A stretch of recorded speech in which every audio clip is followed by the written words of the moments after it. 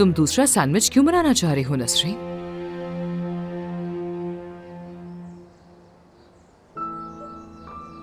मैं कह तो रही हूँ इसे यहाँ रख दो।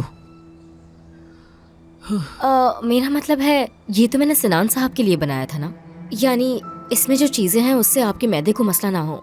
मैं आपके लिए कुछ और बना कर लाती हूँ। मुझे मसला नहीं होगा, रखो इसे।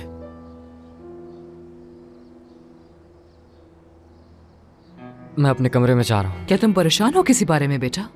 नहीं मॉम, ऐसी कोई बात नहीं।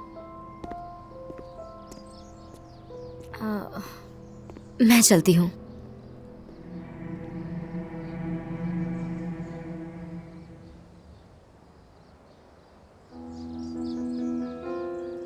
इससे क्या हो गया है? जब हम यहाँ आए तो ये नसरीन से कुछ बात कर रहा था। जरूर उसी ने ही इससे कुछ बात की है जिसकी वजह से ये अपसेट हो गया।